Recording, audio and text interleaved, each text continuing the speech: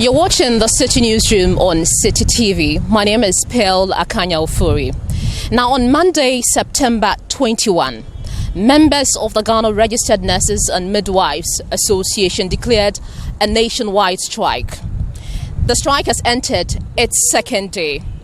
This means that for people who visit health facilities, that's public health facilities across the country, they are either asked to go home or left to their fate.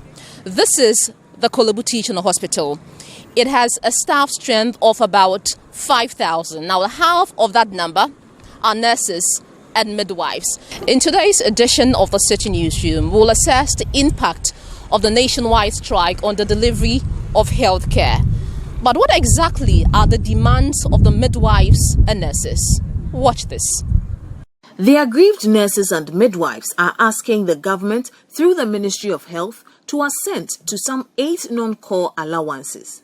They include a transport allowance of 15% of monthly basic salary, rent allowance at 25% of monthly basic salary, uniform expenses at 10% of monthly basic salary, and rural incentive allowance at 20% of monthly basic salary. In addition, the health workers are demanding a fuel allowance of 180 litres of either fuel or diesel, professional development allowance of 25% of monthly basic salary, on-call facilitation allowance of 10% of monthly basic salary, and book and research allowance of 15% of monthly basic salary for nursing tutors. However, according to the nurses, government has agreed to only 2 out of the 8 things they are demanding.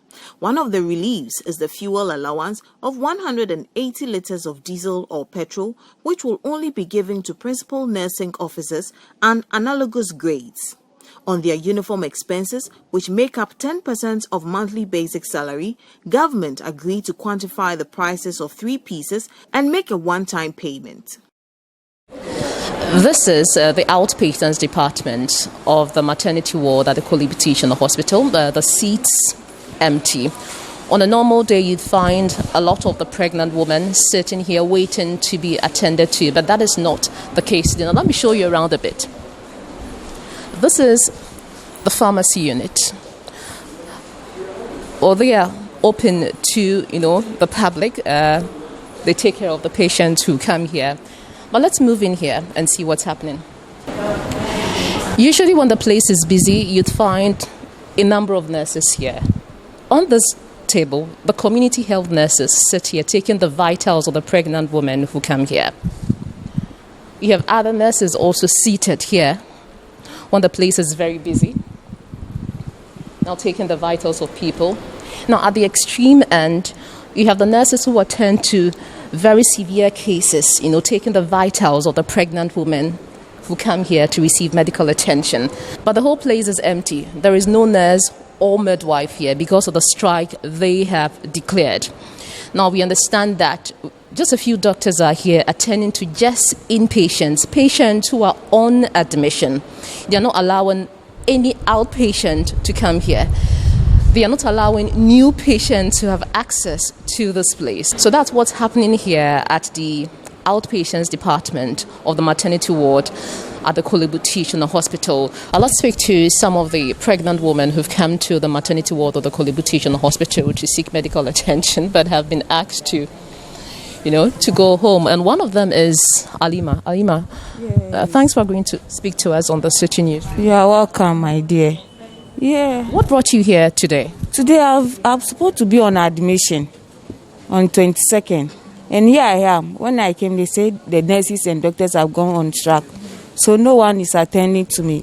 Who told you that the nurses have gone on strike? I for an enquiry, and I was informed that they are on strike. So nobody will attend to me. So that's why I'm also sitting here, waiting if God will touch their hearts so that they'll attend to me. Because I'm feeling pains. What are you going to do? Are you going to go to a private health facility? So, next for you? Private too, unless you have money. Your money will take you there. And as at now, I don't know what to do. Because now I'm in pain. I'm supposed to go to theater. And here I am sitting here. Tomorrow I'm supposed to go to theater. So As at now, I don't know what to do again. I don't have private money. So we are just pleading with the government. We should attend to them and pay them so that they also attend to us. Let's also speak to Mr. Dixon Asiedu. He has his daughter here. She gave birth on Monday, the 21st of September, when the nurses and midwives declared their strike. Why is your daughter? She's at the ward. She had delivered. When was she brought in here? Pardon? When was she brought in here? Brought here on last Sunday. She came Sunday. And then she was here till Monday in the afternoon. That the daughter said that she's about to. So the daughter came. During that, there was no nurse or anybody around. So the daughter and my wife, they took her to where they have to bring the forth. Yeah. So she was there. Then it came to the time that she had to deliver. So it was the doctor plus my wife who, came together, and then they helped her to. Are you aware that the nurses and midwives have laid down their tools? They are refusing to work? Despite the fact that the nurses are not around, the two daughters who are around are coping.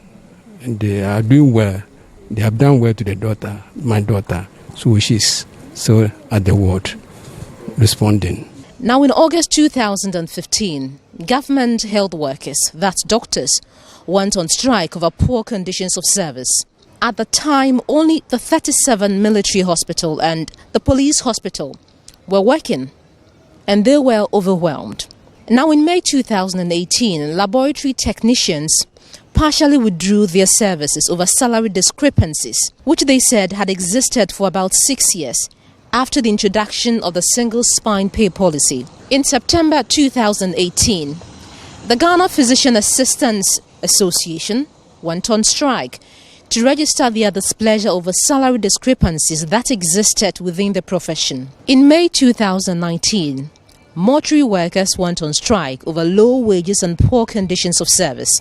They embarked on 2 industrial actions that year.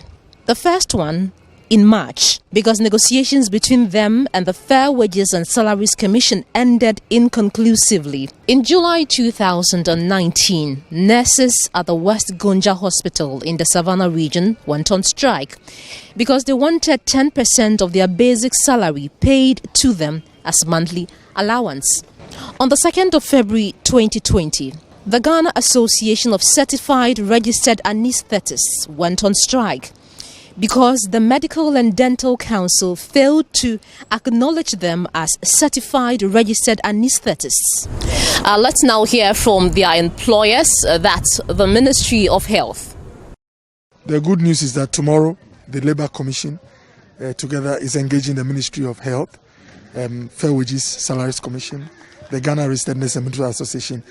From what I learned, I've been informed that they have agreed to come to the table tomorrow. And so we are very optimistic. Like I said, when you put 9 items on the table and you have a situation where government goes directly for about 7 of them, I think that is a significant step or measure to show you that as much as possible we want to support all the groups that are involved. But we also must be frank with ourselves as a country that it might not be every request that comes up that a government, even when you wish you could hold, it might not be every request that you can finance. And we are very much interested in sustainable incentives. You want to sustain it. You don't want a situation where you go like, I'll do it, and then after 12 months you say it's too much for me. Whether we like it or not, it will take negotiation to make everybody happy. And that's exactly what we are trying to do. There's been a couple of meetings today. As you can see, I'm in a working gear. I've been in a constituency trying to check on some projects. And boss, the Minister of Health, has been engaged in meetings at the Jubilee House and at other places with other stakeholders